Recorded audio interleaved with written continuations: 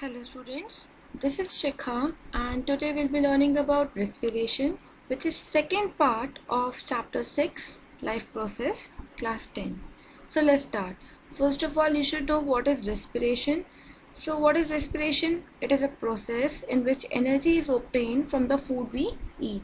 हम जो भी खाना खाते हैं उससे जो हमें एनर्जी मिलती है उस पूरे प्रोसेस को हम क्या कहते हैं? रेस्पिरेशन. और नेक्स्ट सवाल कि क्या ह्यूमन्स ही रिस्पायर करते हैं? नहीं, प्लांट्स भी रिस्पायर करते हैं. प्लांट्स कहाँ रिस्पायर करेंगे? हमने तो अभी तक पढ़ा है कि प्लांट सिर्फ अपना फूड प्रिपेयर करते हैं. तो प्लांट्स को कहाँ ज़रूरत आ रही है रेस्पिरेशन की? जब भी प्लांट अपना फूड प्रिपेयर करता है तो वो कहाँ प्रिपेयर करता है? लीव्स में प्रिपेयर करता है. अब वहाँ से उस प्रिपेयर्ड फूड को वो बाकी बॉडी पार्ट्स में भी भेजेगा प्लांट के. ठीक है, तो उस पूरे प्रोसेस को हम क्या कहते हैं? ट्रांसपोर्टेशन. इसी तरह से होता है ट्रांसलोकेशन. ट्रांसलोकेशन में क्या होता है कि वो रूट स्टेम्स इन सब की हेल्प से क्या करता है? वाटर को रूट से बाकी बॉडी पार्ट्स में भेजता है. तो इस पूरे प्रोसेस में उसे एनर्जी चाहिए होती है. वो एनर्जी कहाँ से यूज़ करेंगे? तो जो प्लांट्स अपना फूड प्रिपेयर करते हैं, जब उन्हें एनर्जी यूज़ करनी होती है तो वो उसी फूड में से अपनी एनर्जी ले लेते हैं और बाकी स्टोर करके रख लेते हैं. ठीक है, अब देखेंगे हम कि जो रेस्पिरेशन है ये बेसिकली दो पार्ट्स पे डिवाइड है हमारे अंदर. एक होता है एक्सटर्नल और दूसरा होता है इंटरनल. इंटरनल मीन्स एक पूरा सेल है हमारे पास, माइटोकॉन्ड्रिया है, उसके अंदर किस तरह से ऑक्सीजन जा रही है, क्या रिएक्शंस हो रही हैं, ठीक है, किस तरह से एनर्जी स्टोर हो रही है, वो सब हम पढ़ेंगे इंटरनल में, जो कि सेलुलर रेस्पिरेशन है. और दूसरा पार्ट जो है जो कि एक्सटर्नल है वो क्या है कि सेल के बाहर कैसे हो रहा है, out of cell. Oxygen mitochondria तक पहुंची, उससे पहले क्या चीज़ हुई. ठीक है, प्लांट्स में भी. इस पूरे चैप्टर में या बेसिकली अगर हम क्लास 10th में साइंस में देखें तो जो भी चीज़ है वो सब किसके कंसर्न है? प्लांट्स और एनिमल्स के कंसर्न में ही है. तो हम जो भी टॉपिक्स पढ़ रहे हैं वो प्लांट्स और एनिमल्स के कंसर्न में हैं. अब यहाँ हमने पढ़ा कि ब्रीदिंग है. अब ब्रीदिंग और रेस्पिरेशन में क्या फ़र्क है? जो रेस्पिरेशन होता है, रेस्पिरेशन में बहुत सारी चीज़ें आती हैं, उसके बहुत सारे पार्ट्स हैं. उसी तरह से ब्रीदिंग भी क्या है? एक पार्ट है किसका? रेस्पिरेशन का. ब्रीदिंग में बेसिकली दो चीज़ें होती हैं, इनहेलेशन और एक्सहेलेशन. वही बाबा रामदेव वाला जो अनुलोम विलोम करवाते हैं ना, वो इनहेलेशन और एक्सहेलेशन, ये वही चीज़ है. ठीक है, अब इनहेलेशन का मीनिंग क्या होता है कि खाली ऑक्सीजन लेना या आसपास जितनी भी गैसेज हैं उस सबका इनहेल करना. तो जो बेसिक डेफिनेशन है इनहेलेशन की वो ये होती है कि intake of air that is rich in oxygen. तो ऐसी एयर को इनटेक करते हैं, हम लेते हैं अंदर, जो कि ऑक्सीजन रिच होती है, जिसमें ऑक्सीजन ज़्यादा होती है. और एक्सहेलेशन का मतलब क्या होता है? It is a process of giving out of air which is rich in carbon dioxide. ऐसी गैस को बाहर निकालना जो कि कार्बन डाइऑक्साइड में रिच है, जिसमें कार्बन डाइऑक्साइड ज़्यादा होता है. अब हम देखते हैं कि किस तरीके से हमारी बॉडी में ऑक्सीजन जाती है. सबसे पहली चीज़ क्या है? National passage. यहाँ पे नॉस्ट्रल्स, नोज़, ये सब चीज़ें हैं. ठीक है, तो एयर कहाँ से जाती है? बेसिकली माउथ या फिर नोज़ से. ठीक है, अब नोज़ में क्या होता है? हमारे पास हेयर्स होते हैं. हेयर्स का काम क्या है? डस्ट को फिल्टर करना. ठीक है, उसके नीचे यहाँ पे फैरिंग्स है. फैरिंग्स को हम थ्रोट भी कह सकते हैं, जो हमारा थ्रोट होता है वो. उसके बाद आता है लैरिंग्स. ये एक सी शेप स्ट्रक्चर है, ये देख पा रहे हो आप, एक सी शेप स्ट्रक्चर है. ये सी शेप का क्यों होता है? इसलिए ताकि जो हमारी वॉल्स हैं विंड पाइप की वो आपस में कोलैप्स ना हो जाए, इसलिए क्या होता है? सी शेप का स्ट्रक्चर होता है. फिर नीचे ये ट्रैकिया है. इसके बाद यहाँ पर नीचे ये दो हमारे पास में लंग्स हैं. ठीक है, ये लंग्स फर्दर दो ब्रांचेस में डिवाइड हो रही है, यहाँ पर एक यहाँ और एक यहाँ. ये भी फर्दर डिवाइड हो रहे हैं और यहाँ पे हम एंड में देख रहे हैं बैलून लाइक स्ट्रक्चर है. तो ये जो दो पार्ट में डिवाइड हुआ है, ये जो मेजर पार्ट है इसे हम कहते हैं ब्रोंकाई. और जो बाकी दो फर्दर पार्ट्स में डिवाइड हो रहे हैं, ये छोटे छोटे पार्ट्स जो हैं, इनको हम बोलते हैं ब्रोंक्यूल्स. अब ये दो पार्ट जो हैं ये फर्दर लंग्स के यहाँ पर, ये दो पार्ट को जो ज्वाइन कर रहा है इसे हम क्या कहते हैं? डायफ्राम.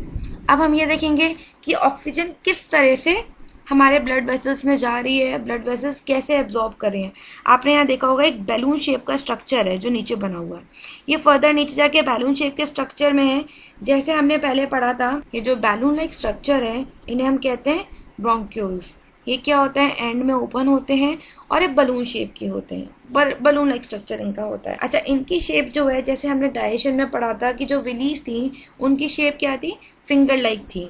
क्यों थी? क्योंकि वो सरफेस एरिया बढ़ाते हैं तो ब्लड वेसल्स इजीली क्या करती हैं, मैक्सिमम एब्जॉर्ब कर पा रहे थे वहाँ पे। उसी तरह से यहाँ पर भी क्या है, ये बैलून शेप का है। बैलून शेप से होने के कारण क्या है, ये हमारी क्या है, यहाँ पे ब्लड वेसल्स हैं। ये है ब्लड वेसल्स आपको दिख रही हैं, और ये क्या है हमारी, ये एल्वुला है यहाँ पर, ठीक है। और यहाँ से ऑक्सीजन आ रही है। तो अभी बैलून शेप की होने के कारण इसका सरफेस एरिया ज़्यादा बढ़ गया ना, तो ये ब्लड वेसल्स जो हैं वो इजीली यहाँ से ऑक्सीजन मैक्सिमम अमाउंट में एब्जॉर्ब कर सकती हैं। यहाँ पे क्या हो रहा है, इनके कारण, बैलून शेप के होने के कारण इनकी वॉल्यूम बहुत ज़्यादा बढ़ जाती है। एक और चीज़, हम जो भी gas at a time inhale करते हैं, क्या हम वो पूरी एक बारी में एक्सहेल कर देते हैं? नहीं, हम केवल 1/3 जो हमारी कैपेसिटी है हमारे डायफ्राम की, उसके अकॉर्डिंग सिर्फ 1/3 एयर जो है वो हम वापस एक्सहेल कर पाते हैं। अब नेक्स्ट चीज़ कि जो ब्लड है वो कैसे जाएगा ऑक्सीजन के अंदर? क्या ब्लड तो सॉल्युबल होता नहीं है। अब ऑक्सीजन जो हमारी बॉडी में कैसे जाएगी, ऑक्सीजन का ट्रांसपोर्ट कैसे होगा? आपने हीमोग्लोबिन के बारे में सुना होगा, जिसे हम एच भी कहते हैं। हीमोग्लोबिन कहाँ प्रेजेंट होता है? आरबीसी, रेड ब्लड सेल्स में हीमोग्लोबिन प्रेजेंट होता है, और उसे हम क्या कहते हैं, ऑक्सीजन कैरियर। तो हीमोग्लोबिन अपने साथ क्या करेगा, पूरी बॉडी में ऑक्सीजन का ट्रांसपोर्ट करेगा, हर एक जगह जाएगा। अब बात यह है, ऑक्सीजन तो पहुंच गई, लेकिन कार्बन डाइऑक्साइड कैसे आएगी वापस? क्योंकि हम ऑक्सीजन ले रहे हैं, इनहेल कर रहे हैं, तो वो तो ब्लड आरबीसीज के थ्रू पहुंच गई, हीमोग्लोबिन के थ्रू। लेकिन अब कार्बन डाइऑक्साइड कैसे आएगी? क्योंकि कार्बन डाइऑक्साइड क्या होती है, वाटर सॉल्युबल होती है। तो वो अपने आप by the process of diffusion का प्रोसेस क्या होता है, हायर कॉन्सेंट्रेशन से लो कॉन्सेंट्रेशन में आना, तो वो डिफ्यूजन के थ्रू बाहर आ जाती है, ठीक है। अब हम बेसिकली यहाँ डायग्राम देखें तो एक सेल का डायग्राम है। यहाँ पे आप देख पा रहे हो माइटोकॉन्ड्रिया है, और जहाँ हमने नीचे पढ़ा था कि यहाँ से ब्लड वेसल्स के थ्रू ये ऑक्सीजन यहाँ माइटोकॉन्ड्रिया में आ गई। अब यहाँ पे क्या होगा, यहाँ पे ऑक्सीजन का क्या होगा, ब्रेक डाउन होगा। ऑक्सीजन क्या करेगी, ब्रेक डाउन करेगी किसका, फूड का। और ये सारा प्रोसेस कहाँ हो रहा है, माइटोकॉन्ड्रिया में हो रहा है। अब यहाँ हमने इक्वेशन देखी है C6H12O6, जिसको हम ग्लूकोज भी कहते हैं। इसके साथ में क्या हुआ, ऑक्सीजन मिल गई। हमने जो खाना खाया था पहले प्रोसेस में हमने पढ़ा था, डाइजेशन हुआ और फूड आ गया हमारी बॉडी के अंदर, वो ये डाइजेशन होके आ गया। अब ऑक्सीजन भी आ गई, ये दोनों मिलकर कार्बन डाइऑक्साइड और वाटर साथ में रहेगा, और क्या होगी, हमें एनर्जी मिलेगी। क्या ऐसा होता है कि हमने खाना खाया और जब तक हमने खाना खाया तब तक ही हमें एनर्जी मिलेगी? अब हमें कुछ वर्कआउट करना है, कुछ काम करना है, तो energy at a time use हो जाएगी, लेकिन उसके बाद के लिए तो हमें एनर्जी सेव करनी पड़ेगी ना। तो वो एनर्जी किस तरह से सेव होती है, अब हमें वो देखना है। बॉडी में एडीपी नाम की एक चीज़ होती है। एडीपी क्या होती है, एडेनोसाइन फॉस्फेट, ठीक है, एडेनोसाइन फॉस्फेट। यहाँ पे क्या होता है हमारी बॉडी के अंदर, ये बहुत सारे एडीपीज जो होते हैं ये हमारे सेल में बहुत सारे लोकेटेड होते हैं अलग अलग जगह पे, ठीक है। तो अब जो भी हम एनर्जी प्रोड्यूस करते हैं वो एडीपी के फॉर्म में हमारी बॉडी में स्टोर हो जाती है। अब वो किस तरह से स्टोर हो रही है, हमें ये देखना है। बॉडी में हमारे कुछ फ्री फॉस्फोरस भी होते हैं, हमारी बॉडी में होते हैं बहुत सारे फ्री फॉस्फोरस बचे होते हैं। अब क्या होता है, जैसे ही हमने खाना खाया हमें एनर्जी मिली, तो क्या हुआ कि ये एक फॉस्फोरस इससे आके जुड़ गया। एडीपी था हमारे बॉडी में, एक फॉस्फोरस ये फ्री में यहाँ घूम रहा था हमारे बॉडी के अंदर ही, ठीक है। अभी क्या हुआ, एक फॉस्फोरस यहाँ जुड़ गया, फिर और एनर्जी आई, वो दूसरा फॉस्फोरस यहाँ जुड़ गया। अब क्या हुआ, हमने खाना खाया तो तीसरा फॉस्फोरस जो हमारी बॉडी में, जैसे ये एक फॉस्फोरस आप देख रहे हो फ्री में है अभी हमारे पास, यही फॉस्फोरस यहाँ पे था। जैसे ही हमें एनर्जी चाहिए थी स्टोर करने के लिए, ये फॉस्फोरस इसके साथ एक बॉन्ड बना के और यहाँ पे जुड़ जाएगा। पहले क्या था हमारे पास, एडीपी, एडेनोसाइन फॉस्फेट था हमारे पास। अब क्या हुआ, एक और एडेनोसाइन जुड़ गया, तो क्या बन गया, एडेनोसाइन ट्राई फॉस्फेट। आपने यहाँ देखा, पहले एक था एडीपी में, फिर एक और जुड़ा, तो ये पूरा एक बॉन्ड बन गया। फिर ये एक पूरा बॉन्ड बना हुआ था, हमारे पास खाना खाया, हमने एनर्जी आई, ये एक और बॉन्ड जुड़ गया। अब बात ये आती है कि भाई बॉन्ड तो जुड़ गया, लेकिन जब हमें एनर्जी रिक्वायर होगी तो हम एनर्जी कैसे यूज़ करेंगे? उसी तरह से जब हमें एनर्जी यूज़ करनी है तो ये वाला पी निकल कर अलग हो जाएगा। और अब ये पहले क्या था, हमारे पास 2 पी थे, तो सबसे पहले क्या था, एडेनोसाइन ट्राइफॉस्फेट। जब 3 पी ऐड हो गए तो क्या हो गया, एडेनोसाइन ट्राइफॉस्फेट। अब जब ये एक फॉस्फेट निकल गया तो वापस डाइफॉस्फेट बच गया, तो हमारे पास अब क्या बचा, ADP.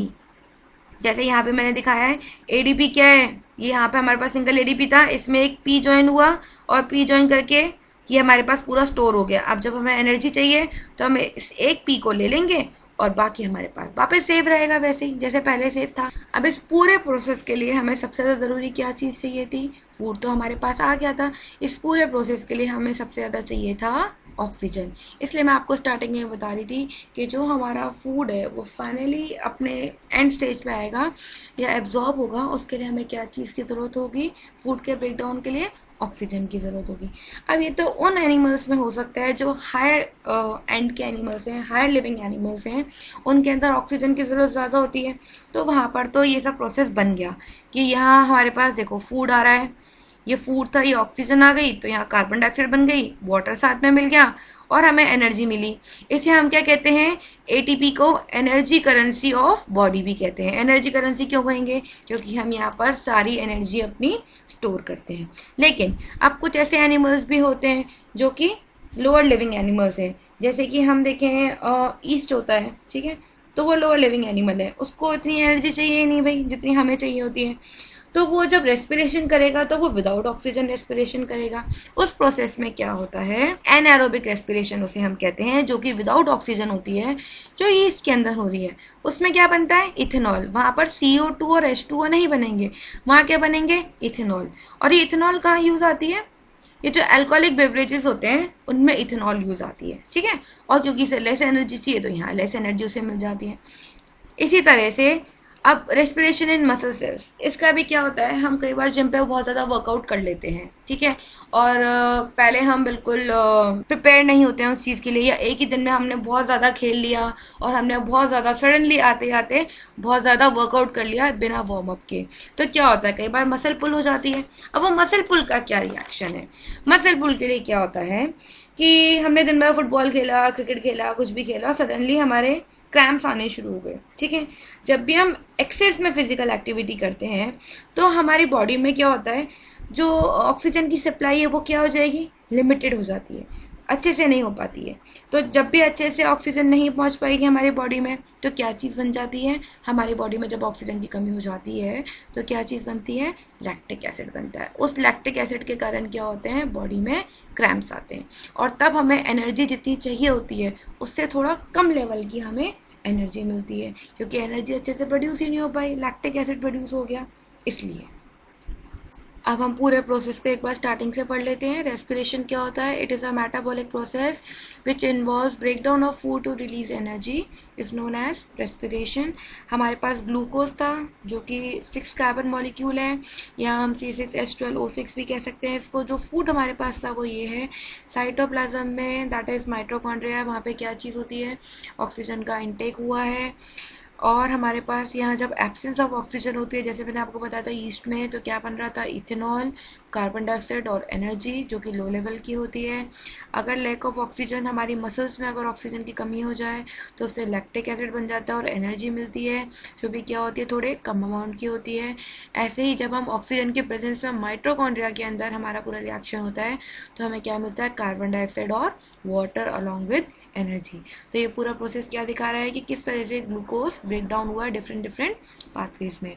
The breakdown of pyruvate into ethanol and carbon dioxide is absence of oxygen is known as fermentation. Fermentation किस लिए यूज में आता है, बेसिकली ये प्रोसेस यूज में आता है, अभी हमने देखा कि ऊपर इथेनॉल बन रही थी, यहाँ पे हमने देखा कि इथेनॉल बन रही थी। तो ये जो फर्मेंटेशन का प्रोसेस है ये अल्कोहलिक बेवरेजेस बनाने के लिए यूज में आता है। As this process occurs in absence of oxygen it is also known as anaerobic respiration. When the pyruvate is broken down in carbon dioxide and water in presence of oxygen, it is known as aerobic respiration. जब oxygen के presence में होगा तो aerobic है और उसके absence में होगा तो एनारोबिक है। The energy released during this process is used up to synthesize the ATP, that is adenosine triphosphate. ठीक है, compared to animals, plants use stomata to exchange carbon dioxide and oxygen. This exchange occurs during diffusion. हमने diffusion में पहले भी बताया मैंने आपको कि एनिमल्स या हम प्लांट्स में देखें तो प्लांट्स में जनरली हमने पहले टॉपिक में पढ़ा था कि स्टोमेटा के अंदर होता है, वहाँ पे गार्ड सेल्स होते हैं जो ओपनिंग और क्लोजिंग को गार्ड करते हैं, ठीक है। नेक्स्ट है रेस्पिरेशन इन ह्यूमन बींग्स। अब ह्यूमन बींग्स के रेस्पिरेशन के बारे में हम पढ़ेंगे। ह्यूमन रेस्पिरेटरी सिस्टम जो होता है बेसिकली कहाँ से स्टार्ट होता है, हमने पढ़ा था अभी, नोज से, that is nostrils, nasal cavity, फिर फेरिंक्स आया, trachea, bronchi, bronchioles and then lungs. Lungs में क्या होता है, एल्वियोलाई प्रेजेंट होती हैं, जहाँ पे क्या होता है, ऑक्सीजन और कार्बन डाइऑक्साइड का एक्सचेंज होता है। उसके बाद humans have a respiratory pigment known as hemoglobin to carry the oxygen to different parts of the body and to remove carbon dioxide from the body. Hemoglobin के through हमने कहा था उसे ब्लड कैरियर होता है वो एक तरह से। Compare to oxygen, carbon dioxide is more soluble in water, so it is usually transported in dissolve form, तो वो अपने आप वापस बाहर आ जाती है। और ऑक्सीजन कैरी करने के लिए हमें क्या चीज़ चाहिए होती है, ऑक्सीजन कैरी करने के लिए हमें चाहिए होता है हीमोग्लोबिन। आप यहाँ डायग्राम में भी देख सकते हो, oxygen rich air from environment हमने यहाँ से ली, nasal cavity, pharynx, trachea, bronchi, bronchioles, alveoli.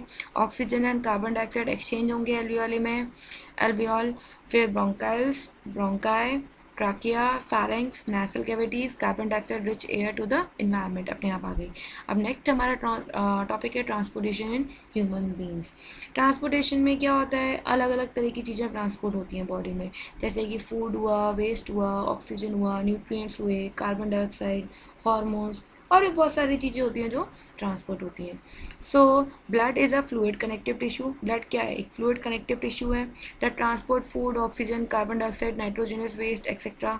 Blood contains plasma, blood में क्या होता है, प्लाज्मा भी होता है और ब्लड सेल्स भी होते हैं। RBC that is red blood cells carry oxygen through the body, ये मैंने आपको बताया था अभी कि आरबीसी जो होती हैं वो क्या होती हैं, ऑक्सीजन को थ्रू आउट बॉडी ट्रांसफ़र करती है। Heart is a pumping organ in the body, heart क्या है, पंपिंग ऑर्गन है। अब जो ट्रांसपोर्ट हो रहा है ब्लड, वो कैसे ट्रांसपोर्ट हो रहा है, हमारी बॉडी में ब्लड ट्रांसपोर्ट हो रहा है, उसे कौन उतना पेस दे रहा है, कौन इतना फोर्स करता है कि ब्लड ट्रांसफ़र होता है, उसे कौन फोर्स करता है, हार्ट। जो हमारा हार्ट है वो ब्लड को बहुत ज़्यादा फोर्स करता है, एक पेस, एक प्रेशर देता है जिससे कि वो ब्लड हमारी पूरी बॉडी में जाता है। ऑक्सीजन वाला जो ब्लड है वो हमारे पास बॉडी में वापस आएगा, और हम कौन सा ब्लड भेज रहे हैं हार्ट के पास में, ऑक्सीजन वाला ब्लड भेज रहे हैं, वहाँ से कौन सा आ रहा है, डीऑक्सीजनेटेड ब्लड आ रहा है। अब हार्ट के बारे में देख लेते हैं। हार्ट क्या है, पंपिंग ऑर्गन है हमारी बॉडी का, जो पंप करता है ब्लड को बाकी पूरी बॉडी पार्ट में जाने के लिए। ह्यूमन हार्ट जो होता है वो 4 चैम्बर हार्ट होता है, ठीक है। इसमें 2 एट्रियम होते हैं और 2 वेंट्रिकल होते हैं। जो अपर चैम्बर होते हैं उन्हें हम क्या कहते हैं, एट्रियम, और जो लोअर चैम्बर होते हैं उन्हें हम क्या कहते हैं, वेंट्रिकल्स, ठीक है। वॉल्स होती है इसमें, वॉल्स किस लिए होती हैं, ताकि ब्लड इधर उधर फ्लो ना हो। लेफ्ट एट्रियम जो होता है वो रिसीव करता है ऑक्सीजन रिच ब्लड को लंग्स से, और रिसीविंग द ब्लड, जब भी वो ब्लड को रिसीव करेगा तो वो क्या करेंगे, रिलैक्स होंगी। और जो लेफ्ट वेंट्रिकल है वो जब पंप करेगा ऑक्सीजन को, ऑक्सीजन रिच ब्लड को, तो वो क्या होंगे, through out left ventricle pumps oxygen rich blood through out the body. और जो डीऑक्सीजनेटेड ब्लड होता है वो अपनी बॉडी में कहाँ से आ जाएगा, अपर राइट एट्रियम से, वो कॉन्ट्रैक्ट होगा ताकि ब्लड कहाँ जाए, राइट वेंट्रिकल में जाए। और राइट वेंट्रिकल जो है वो पंप करेगा ब्लड को लंग्स में, काहे के लिए, ऑक्सीजनेशन के लिए। अब हम देखेंगे transportation of blood in humans, कि भाई ह्यूमंस में जो ट्रांसपोर्टेशन का प्रोसेस है वो किस तरह से होता है, ठीक है। हार्ट क्या होता है, हार्ट एक पंपिंग ऑर्गन है। मैमल्स पे हम देखें हार्ट जो होते हैं वो कैसे होते हैं, 4 चैम्बर हार्ट होते हैं, और उसी के अकॉर्डिंग की उनकी एफिशिएंसी होती है। जब भी हम हार्ट का डायग्राम बनाएंगे तो हमेशा ये चीज़ ध्यान रखते हैं कि जो लेफ़्ट पार्ट है वो हम राइट में दिखाते हैं, और जो राइट पार्ट होगा वो लेफ़्ट में दिखाएंगे, ठीक है। अब यहाँ पे आप देख सकते हो कि राइट और लेफ़्ट पार्ट को जो 2 चीज़ें सेपरेट कर रही हैं, यहाँ पर ये जो राइट पार्ट है और जो लेफ़्ट पार्ट है, इसको 2 चीज़ सेपरेट करिए बीच में, इसे हम कहते हैं सेप्टम, और जो मसल है उसे हम कहते हैं कार्डियक मसल होती है। तो ब्लड वेसल्स हैं वो बेसिकली 3 तरह की होती हैं, एक होती है आर्टरी, एक होती है वेन, और एक होती है कैपिलरीज। यहाँ पे समझो जैसे कि ये हमारा हार्ट है सपोज, अब जो ब्लड वेसल्स हार्ट के पास ब्लड को लेके आ रही हैं, हार्ट के पास जो ब्लड वेसल्स ब्लड को लेके आ रही हैं उन्हें हम क्या कहते हैं, वेन। और जो हार्ट से बिल्कुल वापस लेके जा रही हैं ब्लड को, उन्हें हम क्या कहते हैं, आर्टरीज। समझ आया, एक बार वापस समझो, जो ब्लड हमारी बॉडी में फ्लो हो रहा है, वो ब्लड जो फ्लो होगा उसके लिए वेसल्स में, उस वेसल्स को जिनमें ब्लड फ्लो होता है उन्हें हम क्या कहते हैं, ब्लड वेसल्स। और अब जो ब्लड वेसल्स जो हार्ट में ब्लड लेकर आ रही है, जो ब्लड वेसल बॉडी से हार्ट में ब्लड लेके आ रही है उसे हम कहते हैं वेन, और जो हार्ट से बाहर लेके जा रही है उसे हम कहते हैं आर्टरीज। ये आर्टरीज फर्दर आगे जाके छोटी छोटी ब्रांचेस में, जो ट्यूबुलर थिन ब्रांचेस होती हैं उनमें बदलती हैं, पतली पतली ब्रांचेस होती हैं जिनको हम कहते हैं कैपिलरीज। और ये कैपिलरीज फर्दर यहाँ आके यहाँ पे एक्सचेंज होगा, जो भी ऑक्सीजन कार्बन डाइऑक्साइड का है, उसके बाद ये फर्दर जाके वापस से मिल जाती हैं, रिकनेक्ट हो जाती हैं वेन्स के साथ, जो बड़ी वाली वेन्स हैं। ठीक है, अब पूरा जो मैकेनिज्म है कि ब्लड किस तरह से आ रहा है वो हम यहाँ समझेंगे। ये हमारे पास हार्ट है, सारे बॉडी पार्ट से जो ब्लड आ रहा है, फुल बॉडी से जो ब्लड आ रहा है, या हम बोले सेल्स के पास से जो ब्लड आ रहा है आफ्टर रेस्पिरेशन, वो ब्लड कैसा होता है, इम्प्योर ब्लड होता है। ठीक है, उसको हम प्यूरिफाई करेंगे। कहाँ जाके प्यूरिफाई होता है, हमने पहले ही पढ़ा है, वो कहाँ प्यूरिफाई होता है, प्यूरिफाई होता है लंग्स के अंदर।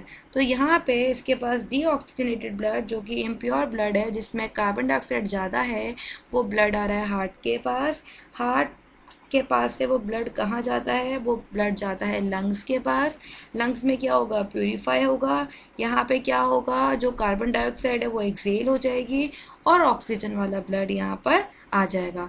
फिर यहाँ पे से ये हार्ट यहाँ से ब्लड को वापस सप्लाई करेगा, ब्लड को पंप करेगा कहाँ पर, सेल के पास, नेक्स्ट रेस्पिरेशन के लिए।